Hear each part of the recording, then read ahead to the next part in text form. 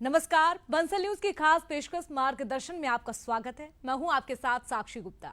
अगर आप भी अपने करियर को सुनिश्चित करना चाहते हैं तो ये कार्यक्रम आपके लिए बहुत काम का है, क्योंकि हमारे इस प्रोग्राम में एक्सपर्ट्स करेंगे आपका मार्गदर्शन और बनेंगे लक्ष्य हासिल करने में मददगार।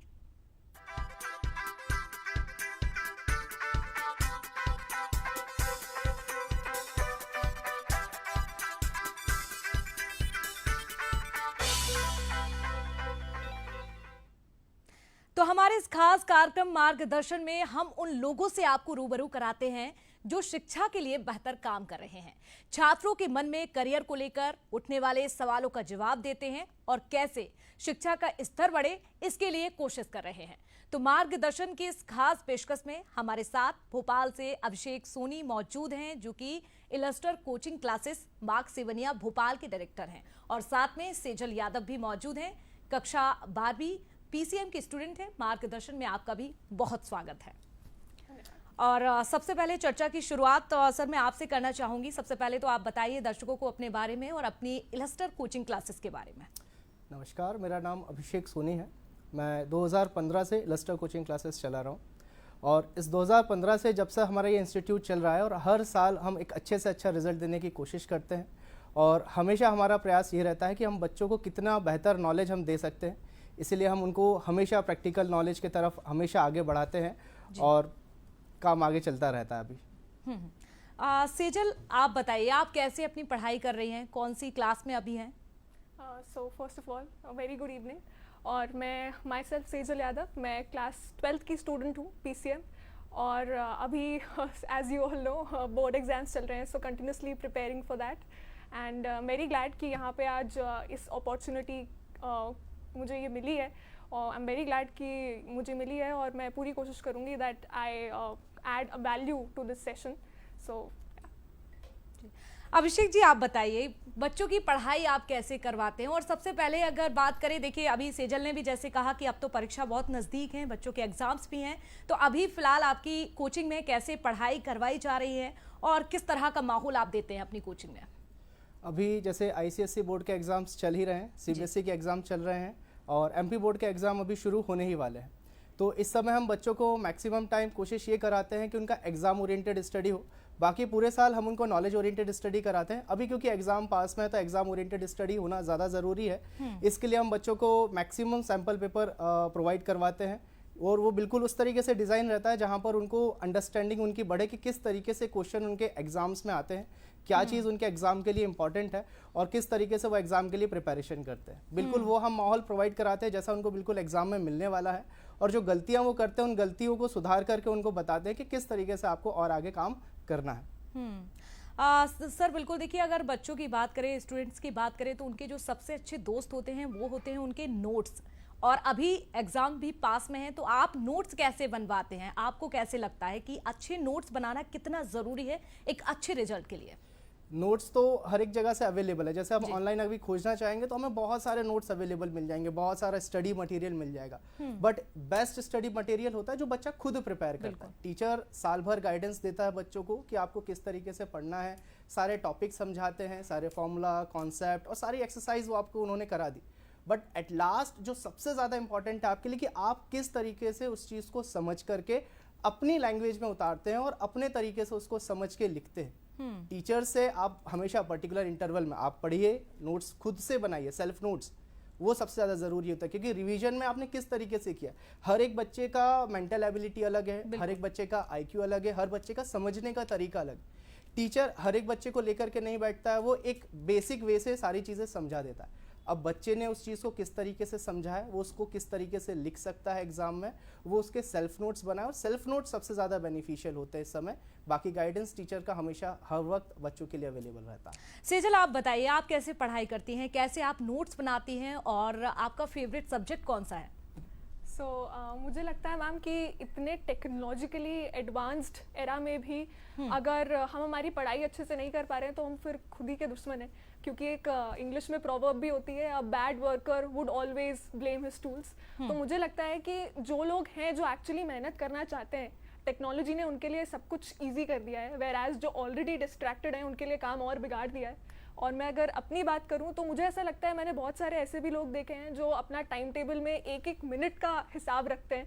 मुझे लगता है कि वो बहुत ही अनकॉल्ड फॉर डिसिप्लिन है, इतनी की ज़रूरत होती नहीं है। मुझे लगता है कि अगर आपको ये पता है कि आपको क्या करना है तो किस तरीके से करना है, तो सिर्फ आप उतने घंटों का हिसाब रखिए जब आपको पढ़ना है कि अगर 1 घंटे में पढ़ने बैठी हूँ तो सिर्फ 1 घंटे में वो मेरी कंसेप्चुअल पढ़ाई ही होगी। वो 1 घंटे में मुझे कुछ और अपना किसी और चीज़ की तरफ ध्यान नहीं डाइवर्ट करना है। तो मुझे लगता है ये इम्पॉर्टेंट होता है, ना कि आपके टाइम टेबल में हर मिनट का हिसाब हो। और रही बात नोट मेकिंग की और इसकी, तो क्योंकि हमारे बोर्ड एग्जाम्स अभी चल ही रहे हैं और 24 को मेरा एक एग्ज़ाम भी है, तो मुझे लगता है कि एग्जाम से अभी 3 दिन पहले अगर मैं यहाँ बैठी हूँ विद दिस कॉन्फिडेंस, तो it is only because of the fact that मुझे पता है कि जो मैंने घर पे साल भर प्रेपरेशन करी है, नोट मेकिंग की जो हैबिट है मेरी, वो मुझे कहीं ना कहीं बिल्कुल हेल्प करेगी और कर ही रही है। And that's why I have the confidence to sit here. बिल्कुल। सर देखिए, सेजल ने यहाँ पर 2 बातें कही हैं, एक तो टाइम टेबल और दूसरा टाइम मैनेजमेंट। जो बच्चे घर पर बैठकर हमारे ये प्रोग्राम देख रहे हैं, आपसे जुड़े हुए हैं, आपसे मार्गदर्शन ले रहे हैं, उनके लिए आप बताइए कैसा होना चाहिए टाइम टेबल और टाइम मैनेजमेंट। टाइम मैनेजमेंट तो एक बहुत ही इंपॉर्टेंट की है पढ़ाई में बच्चों के लिए। अब बच्चे करते क्या है कि हम डिसाइड कर लेते हैं कि हम 2 घंटे पढ़ाई करेंगे, 3 घंटे पढ़ाई करेंगे, उसके बाद वो पढ़ना शुरू करते हैं। बल्कि उनको करना यह चाहिए कि टाइम वर्सेस टास्क करना चाहिए, कि वो एक टास्क डिसाइड कर ले। अब इस टास्क को कितने टाइम में ख़त्म करना है वो एक ठीक है, लेकिन टास्क जब तक ख़त्म नहीं होगा हम वहाँ पर उठेंगे नहीं। टाइम मैनेजमेंट, कई बच्चे होते हैं बैठ जाएंगे एग्जाम के पहले 4 दिन पहले एक टाइम टेबल बनाएंगे बैठ करके कि हाँ मुझे इस 1 घंटे हिंदी पढ़ना है, इंग्लिश पढ़ना है, केमिस्ट्री पढ़ना है, फिजिक्स पढ़ना है। 3 दिन टाइम टेबल फॉलो होगा, मोटिवेशन रहेगा 3 दिन, चौथे 5वें दिन बोला ठीक है कल परसों कर लेंगे, फिर 1 दिन और एक्सटेंड हो जाएगा, 1 दिन और एक्सटेंड हो जाएगा, और वो उस टाइम टेबल पे स्टिक नहीं रह पाते, और फिर दोबारा से एक नया टाइम टेबल बनाएंगे, फिर एक नया टाइम टेबल बनाएंगे। इस पर टोटल टाइम वेस्ट ही होना है। इससे बेहतर ये है कि आप अपना, आपको पता है कि आपका सबसे टफ सब्जेक्ट आपको कौन सा लग रहा है, सबसे पहले वो सब्जेक्ट निकालिए और एक टॉपिक निकालिए प्रॉपर। इस टॉपिक को 1 बाय 1 क्लियर करते जाइए। आप बिल्कुल भी लोड मत लीजिए इस चीज़ का कि मेरा इतना सारा सब्जेक्ट बचा, इतने सारे चैप्टर बचे। कई बच्चे बहुत ज़्यादा टेंशन ये ले लेते हैं कि मेरा पूरा भी सिलेबस बचा है, मैंने कुछ भी नहीं पढ़ा, कैसे होगा। तो स्ट्रेस में जब आप आ जाते हैं तो आपकी वर्क एफिशिएंसी अपने आप डाउन हो जाती है, जिस वजह से आप जो अच्छा करना चाह रहे हैं वो भी नहीं कर पाते। इसीलिए स्ट्रेस को थोड़ा साइड रख करके, और आप बिल्कुल शुरुआत तो करिए, एटलीस्ट आप 0 से शुरुआत कर लिए। आपके शुरुआत करने के लिए आप सोचे नहीं मैं कल से शुरुआत करूंगा, तो कोई कल बेहतर नहीं होता एक अच्छी शुरुआत के लिए। अच्छी शुरुआत के लिए जो सबसे अच्छा समय होता है वो होता है आज और अभी का समय। सबसे अच्छा समय वही होता है। बस शुरू कर दीजिए, मत सोचिए कि आपका कितना और बचा। शुरू तो करिए, एटलीस्ट शुरू कर देंगे तो खत्म अपने आप होगा, शुरू ही नहीं करेंगे तो खत्म कैसे होगा। बिल्कुल सर, बच्चों में बहुत ज्यादा आजकल क्रेज है ऑनलाइन क्लासेस का। ऑफलाइन और ऑनलाइन क्लासेस को आप कैसे देखते हैं, कौन ज्यादा जरूरी लगता है, और क्या आप भी बच्चों को ऑनलाइन पढ़ाते हैं? बच्चों को अभी तो फिलहाल हम ऑनलाइन नहीं पढ़ाते हैं, अभी केवल ऑफलाइन पढ़ाते हैं। ऑनलाइन में थोड़ा सा बच्चों के पास बस डाउट क्लियरिंग का थोड़ा सा इशू रहता है। ऑफलाइन रहेंगे face to face instant doubt clear हो जाएगा। ऑनलाइन वो बच्चा बस देख रहा है, लेकिन ऑनलाइन में क्या है एक्चुअल डिस्ट्रैक्शंस बहुत ज़्यादा। बच्चा 2 मिनट पढ़ेगा, ट्रिंग करके एक मैसेज आ गया, उसको देखने लग गए, चलिए फिर स्नैप बना करके डाल दिया कि आई एम स्टडिंग, और स्नैप की स्ट्रिक बनाने में लग जाता है। जी, एक्चुअली बच्चा जब मोबाइल में पढ़ने बैठता है तो पेरेंट्स को लगता है कि हाँ बच्चा पढ़ रहा है, लेकिन एक्चुअल में क्या वो पढ़ रहा होता है। कई सारे अलग अलग डिस्ट्रैक्शंस उसको मिल जाते हैं, क्योंकि मोबाइल है तो सोशल मीडिया सब कुछ उसके अंदर भरा पड़ा है, तो वो कहीं ना कहीं थोड़ा सा स्क्रॉल करने बैठते, चलो 1 मिनट माइंड को फ्रेश कर लेता है, तो वो ऑनलाइन जाते जाते जाते जाते उनके कहाँ 3 घंटे 4 घंटे खत्म हो जाएंगे उनको भी नहीं पता। सर आपने डाउट क्लियर की यहाँ पर बात की। बहुत सारे बच्चे ऐसे होते हैं जिनमें कॉन्फिडेंस की कमी होती है और वो अपने डाउट के लिए बोल भी नहीं पाते हैं, और फिर जब रिजल्ट आता है तो कुछ और आता है। और जो टॉपर बच्चे होते हैं या वो बच्चे जो अच्छा पढ़ाई कर रहे हैं या अच्छा उनका रिजल्ट आता है, उनमें कॉन्फिडेंस की कमी नहीं होती है, तो इन बच्चों के डाउट क्लियर आप कैसे करते हैं? सबसे ज़्यादा ज़रूरी है कि बच्चों को एक कंफर्टेबल जोन प्रोवाइड करना जी, कि हाँ कि आप अगर हमारे पास आ रहे हैं that you are comfortable to ask any kind of doubt. आप किसी भी तरह के काम से डाउट पूछ सकते हैं। कई बार बच्चों को ये डिमोटिवेटेड रहते हैं इस वजह से कि यार मेरा बेसिक कॉन्सेप्ट क्लियर नहीं है, सर से डाउट पूछेंगे तो बुरा लगेगा, बेइज्जती हो जाएगी। एक स्टूडेंट को इस चीज़ का डर तो कभी होना ही नहीं चाहिए कि क्लास में मैंने कोई डाउट पूछा तो मेरी बेइज्जती हो जाएगी। आप वहाँ सीखने के लिए ही आए हैं, और आप जैसे कई सारे बच्चे सीखने के लिए आए हैं। आप डाउट पूछिए, और निश्चिंत होकर के डाउट पूछना पड़ता है, क्योंकि आपके डाउट क्लियर होंगे तो ही आगे का कॉन्सेप्ट क्लियर होगा। उनका कॉन्सेप्ट क्लियर नहीं रहता, फिर डाउट क्लियर नहीं होता, क्लासेस आगे कंटिन्यूस होते जाएंगी, बच्चे के डाउट बढ़ते जाते हैं। तो पहला सबसे ज़्यादा ज़रूरी है कि आप भी कंफर्टेबल होइए, और एक टीचर की भी ये जिम्मेदारी बनती है कि वो एक कंफर्टेबल जोन बच्चों को प्रोवाइड करे जहां पर वो अपने डाउट्स खुल करके पूछ सके और उनके अंदर एक कॉन्फिडेंस बिल्डअप हो। इसके लिए ज़रूरी है, अब कई बच्चे हैं जो बिल्कुल कहते ही नहीं है, तो फिर इसके लिए हम क्या करते हैं, हम रेगुलर टेस्ट अरेंज करते हैं बच्चों के लिए, ताकि अगर वो बच्चा नहीं कह पा रहा है कि मुझे डाउट है, ठीक है, हम टेस्ट लेंगे, टेस्ट का रिजल्ट आ जाएगा, टेस्ट के रिजल्ट से मुझे समझ में आ जाएगा कि बच्चा कितना अच्छा सीख रहा है या नहीं सीख रहा है। Then I will change the method, मैं अपना टीचिंग मेथड चेंज करूंगा बच्चे के हिसाब से कि बच्चे को किस नए तरीके से मुझे समझाना है। कई बार टीचर्स टेस्ट लेते हैं ये बताने के लिए कि बच्चे के नंबर कम आए, बट एक्चुअल में मैं जो हम हमारे इंस्टीट्यूट में हम अगर बच्चों का टेस्ट लेते हैं तो केवल इसलिए लेते हैं ये देखने के लिए कि हमने जो सिखाया है वो बच्चे तक पहुंचा है कि नहीं पहुंचा है, क्योंकि हर बच्चे का सीखने का पढ़ने का तरीका अलग है, तो हर बच्चे को समझने का तरीका भी अलग है। तो उन मार्क्स से हम बस ये डिसाइड करते हैं कि बच्चों को क्या नए तरीके से पढ़ाना है, तो फिर हम वो तरीका यूज़ करते हैं। सेजल, आप बताइए आप कैसे अपने डाउट्स क्लियर करती हैं, और आप ये भी बताइएगा कि आपका लक्ष्य क्या है, क्योंकि अभी आप 12th क्लास में हैं तो आपने भी बहुत कुछ सोचा होगा।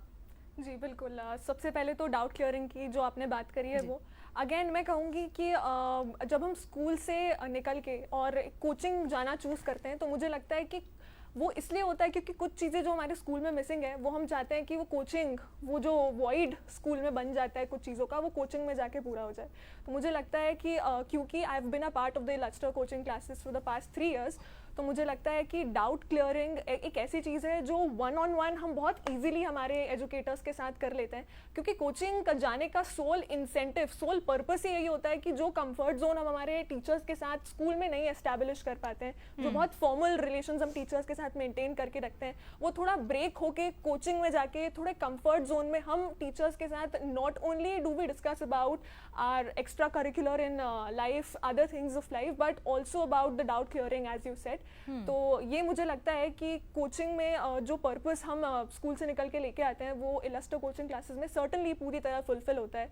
और ये मैं नहीं, इलस्टर में पढ़ने वाले मोस्ट ऑफ द स्टूडेंट्स ये बात को कॉन्फिडेंटली क्लेम कर पाएंगे।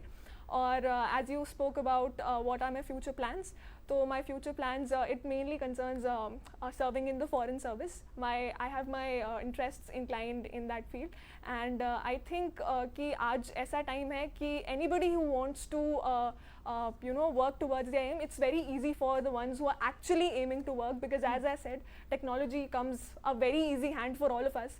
जितना उसके disadvantages highlight होते हैं, I don't think so उतना ये generation जो है उसके advantages को देखते हुए उनको पूरी तरह यूटिलाइज कर पाती है, और आई थिंक यही कमी रह जाती है हमारे लिए। अदरवाइज रिसोर्सेज तो आज इतने हैं जितने आई डोंट थिंक सो कभी थे किसी भी बिल्कुल, ये आपने बहुत अच्छी बात कही और सही भी कहा है। सर, आपसे जानना चाहूंगी, देखिए बहुत सारे बच्चे ऐसे हैं कि अपने मन से तो पढ़ाई करते हैं, लेकिन एक प्रेशर उन पर होता है, पेरेंट्स का प्रेशर होता है, दबाव होता है, जिसकी वजह से वो स्ट्रेस लेते हैं। आप कैसे देखते हैं पढ़ाई में पेरेंट्स की भूमिका कैसी होनी चाहिए? पेरेंट्स की भूमिका यहाँ पर बहुत इंपॉर्टेंट होती है। आज हर पेरेंट्स ये चाहता है कि मेरा बच्चा टॉप करे। हर इंसान जो है वो टॉप नहीं कर सकता। पहली चीज़ तो बच्चों को पेरेंट्स को ये समझना पड़ेगा। दूसरी चीज़, अब जैसे पिताजी है, ऑफिस से तुरंत आए, बच्चा खेलता हुआ दिख रहा है, आप खेल क्यों रहे हो, आप पढ़ाई क्यों नहीं कर रहे हो। कई पेरेंट्स मेरे पास ये शिकायत लेकर के आते हैं कि सर मैं जब कभी मेरे बच्चे को देखता हूँ ये कोचिंग से आता है और तुरंत खेलने लगता है। भाई बच्चा 6 घंटे स्कूल में पढ़कर आया, 3 घंटे क्लासेस में पढ़कर आया, 9 घंटे उसने पढ़ाई करी है। एटलीस्ट उसको थोड़ा सा एक टाइम दीजिए ताकि वो अपने अंदर की एक्टिविटीज़ को भी बढ़ा सके। हर बच्चा पढ़ने के लिए नहीं बना होता है, पेरेंट्स को ये भी चीज़ समझना होगा और उसके अलग पेरेंट्स को मिलकर बैठ के बात करना होगा। ये नहीं, अगर आप चाहते कि आपका बच्चा सुबह उठ करके पढ़े तो आपको भी सुबह उसके साथ में उठना होगा। आप चाहते हो कि आपका बच्चा मोबाइल छोड़ करके पढ़ाई पर फोकस रहे तो आपको ऐसा नहीं करना है कि आपका बच्चा बैठ करके बगल में पढ़ाई कर रहा है और आप मोबाइल यूज कर रहे हैं। अगर बच्चा आपके साथ बैठ करके पढ़ रहा है तो आपको प्रॉपर उसकी स्टडी में ध्यान देना है साथ में। और जो आप बच्चे से उम्मीद कर रहे हैं कि हमारा बच्चा ये करे, तो पहले आपको उसके सामने वो करके दिखाना पड़ेगा। आप चाहते हैं कि बच्चा फोकस रहे तो थोड़ा सा फोकस आपको उसके तरफ दिखाना पड़ेगा। बिल्कुल, पेरेंट्स को दिखाना पड़ेगा, ये बहुत जरूरी भी है। लेकिन सर देखिए, बहुत सारे बच्चे ऐसे हैं जो स्ट्रेस तो लेते हैं, लेकिन बहुत सारे बच्चे टॉपर्स को कॉपी भी करते हैं कि उन्होंने टॉप किया है, उनके बच्चे ने 8 घंटे पढ़ाई की, 9 घंटे पढ़ाई की, वो कॉपी करते हैं, भले 8 घंटे वो कुछ ना पढ़ाई कर रहे हो। इसको आप कैसे देखते हैं कि आखिरकार कितने घंटे बच्चे कंटिन्यू पढ़ाई कर सकते हैं और कब उनको ब्रेक लेना चाहिए? कितने घंटे पढ़ सकते हैं ये तो कोई एक टास्क वाली है ही नहीं बात। आप कितना पढ़ रहे हैं, उस आपने 8 घंटे पढ़ा है, उस 8 घंटे में से कितना जरूरी था, आपने इंपॉर्टेंट टॉपिक्स कितने कवर अप करे। आप किताब लिख करके 24 घंटे भी बैठे रहे तो वो ऐसा करके तो सब अंदर आ नहीं जाएगा। आप जब तक उसको पढ़ेंगे नहीं, रीड नहीं करेंगे, एटलीस्ट आप शुरू करिए। कुछ बच्चे ऐसे होते हैं जो मेरे पास ये कंसर्न लेकर के आते हैं, सर मेरा पढ़ने का मन ही नहीं करता, क्या करूँ। तो मैं उनको कहता हूँ कि आप एटलीस्ट बैठिए, किताब रीड करिए। कुछ समझ में नहीं आएगा एक दिन, दूसरे दिन, तीसरे दिन धीरे धीरे समझना आना शुरू होगा। आपने भी जब लर्निंग फेज अपना शुरू किया है तो एकदम से कुछ भी नहीं होता। हर कोई 8 घंटे बैठ के नहीं पढ़ सकता। उस 8 घंटे पढ़ने का मतलब नहीं है, जैसे मैंने स्टार्टिंग में ही कहा कि आपको टास्क वर्सेस टाइम सीखना है। आप एक टास्क डिसाइड करिए कि मुझे आज ये चैप्टर खत्म करना है, ये टॉपिक खत्म करना है। हर किताब में लगभग 10 ही चैप्टर है मैक्सिमम। अगर आप 12th क्लास की भी बात करेंगे सीबीएसई की, तो केमिस्ट्री में 10 चैप्टर है। आप पर डे उसका डिसाइड कर दे कि मुझे एक टॉपिक भी क्लियर करना है, तो 365 डेज आपके लिए मोर देन सफिशिएंट है कि आप आराम से सारी चीज़ें कर सकते हो। शेड्यूल बनाना, टाइम टेबल बनाना, लाइफ को हेक्टिक करना, ये कुछ है ही नहीं। आप लाइफ को बहुत आसानी तरीके से आगे बढ़ सकते हैं। और स्ट्रेस नाम की चीज़ तभी डेवलप होती है जब हम थोड़ी सी आनाकानी करते हैं अपने टाइम टेबल को लेकर के या पढ़ाई से। अगर आप थोड़ा सा डिसिप्लिन हो जाए कि मुझे रोज़ 2 टॉपिक करना है, तो ये काम अपने आप आसान हो जाता है। सर, लर्निंग प्रैक्टिस को आप कैसे देखते हैं? बहुत सारे बच्चे देखिए रट्टा मार के पढ़ाई करते हैं, याद करते हैं बार बार उसको, लेकिन बहुत सारे बच्चे समझकर याद करते हैं उसको। तो ऐसे में आप अपनी कोचिंग में कैसे बच्चों को पढ़ाते हैं? देखिए, रट्टाफिकेशन तो हर कोई कर सकता है। जनरली काफ़ी सारे बच्चे रट्टाफिकेशन करके हो जाते हैं, बट मैं चाहता हूँ हमेशा कि बच्चे जो भी सीखे उसका लाइफ में कहीं ना कहीं यूटिलाइज हो। वो जो भी चीज़ें प्रैक्टिकली सीखे। तो हम बच्चों को हमेशा, मैं क्लासेस में बच्चों को कई सारे प्रैक्टिकल्स करके दिखाता हूँ। केमिस्ट्री के कई सारे प्रैक्टिकल में बच्चों को करके दिखाता हूँ। कोचिंग में मैंने पूरा एक केमिस्ट्री लैब का सेटअप बना के रखा हुआ है छोटा सा। तो मैं सारे जितने मैं प्रैक्टिकल्स बच्चों को करवा सकता हूँ, ताकि जब वो चीज़ें आप सामने देखे होते हुए कि लाइक एक particular substance X substance Y से रिएक्ट कर रहा है, किस तरीके से नई चीज़ उसमें बनेगी, क्या उसमें बदलाव आ रहे हैं, तो जब वो सामने देखेगा वो चीज़ होते हुए तो बेहतर तरीके से लिख पाएगा। उसको वहाँ रटने की ज़रूरत ही नहीं पड़ेगी। तो हमेशा हम काम करते हैं प्रैक्टिकल नॉलेज की तरफ में कि जितना ज़्यादा प्रैक्टिकली चीज़ों को देखेंगे उतना बेहतर है। चीज़ों को रटिए मत, समझ के करेंगे तो काम बहुत आसान है, और अगर जितना रटेंगे तो टफ उतना ज़्यादा रहेगा। सर, क्या ऐसे बच्चे भी आपकी कोचिंग में आते हैं कि पढ़ाई में अच्छे हैं लेकिन अदर एक्टिविटीज़ में बात करें तो और भी अच्छे हैं? तो क्या आप उनको या उनके पेरेंट्स को ये बताते हैं कि आप इस फील्ड में नहीं, इसमें जाइए? क्या इस तरह से भी आप बच्चों का मनोबल बढ़ाते हैं या उनको लक्ष्य? बिल्कुल, ये बहुत ज़्यादा ज़रूरी है कि अगर बच्चे के पास कोई करिकुलर एक्टिविटी में एक्सपर्टीज़ है और वो किसी चीज़ में अच्छा है, तो डेफिनेटली उसको उस तरफ जाना चाहिए। हर बच्चा अगर पढ़ाई करके सारी चीज़ करने लगेगा तो फिर बाकी एक्स्ट्रा करिकुलर एक्टिविटीज़ कहाँ जाएंगी?